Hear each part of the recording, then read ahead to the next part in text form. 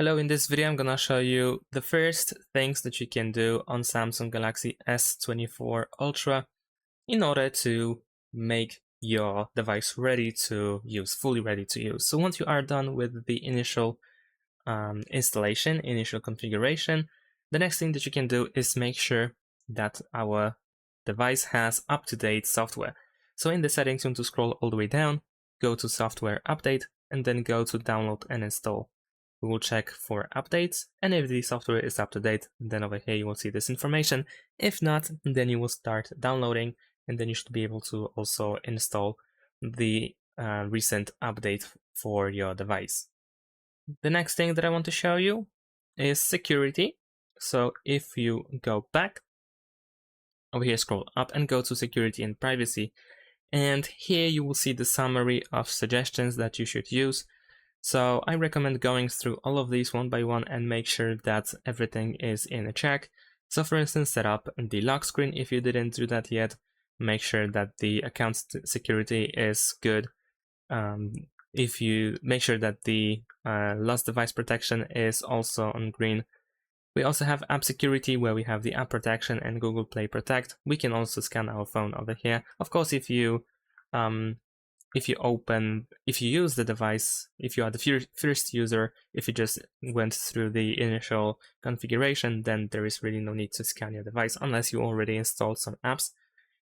And also we have updates, but of course we already checked that. Over here we also have biometrics where we can set up the face recognition and fingerprints, so go through them as well. We also have auto blocker, which can be enabled. You can read about it more over here. And we also have more security settings where we can enable the secure folder, secure Wi-Fi, and so on and so forth. Maybe not everything over here is really necessary to go through, but you might find something useful over here. So after security and privacy, we can, for instance, personalize our device a little bit more.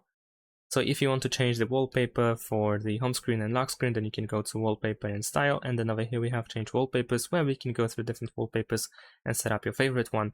And in addition to that, we can also go to themes. In order to open the Galaxy themes, you can choose tab in the top right corner, switch to free content, and over here you have free themes for your device. So if you want to personalize your device quickly, then over here you can do that really easily. You can also switch to wallpapers, icons, AODs, and in all cases we have the list of free content. So make sure to check that out and go ahead and personalize your device a little bit. Then we can go to battery settings, and here make sure to go through these options one by one. In power saving, you might want to go to the top right corner, tap on these three dots and turn on adaptive power saving. And in addition to that, if you go to background usage limits, you also have adaptive battery in the top right corner as well, which you might also want to turn on. Then we also have battery protection. If you tend to charge your device all the time or at night, make sure to turn on battery protection and I recommend using at least adaptive setting over here. Then in charging settings, you can also make sure that the fast charging is enabled if you prefer to have one. So that's about it for the battery settings. Then we also have display settings. If you want to use the dark mode, then you can switch it over here. You can also enable adaptive or scheduled dark mode or dark theme by tapping on the dark mode settings, and over here you can turn on as scheduled and you can select the schedule.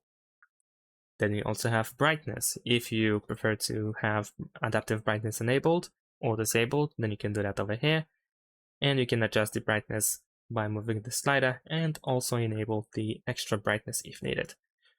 The motion smoothness should be set to adaptive if you want to have the best experience, the visual experience, to use up to 120 Hz refresh rate of the screen. And of course you can go to screen resolution as well. In my case, by default, I had full HD plus resolution selected. But if you prefer to, you can also set it to Quad HD plus and then apply the changes in order to have the sharpest visuals. We can also adjust the screen timeout and much more. So make sure to go through display settings as well. Finally, you might also get to know some gestures. So over here you can go to advanced features, and here you can go to motions and gestures and go through these motions and gestures in order to learn a little bit more about them. You can also go to multi-window, as there are also 2 additional gestures that you might want to use, like swipe for split screen and swipe for pop-up view.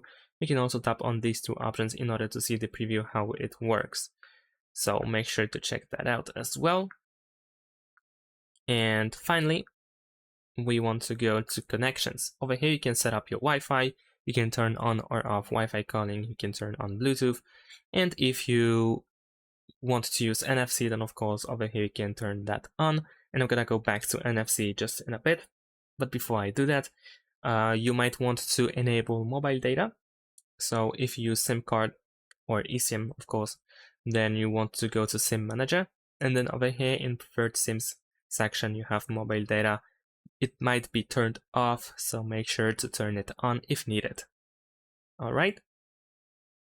And finally, going back to NFC, if you want to set up your credit or debit card and use it with your device, then of course make sure that you have an app for that to add the device, so not device, the card. As there are some apps that are not installed by default, I had to install Google Wallet by myself.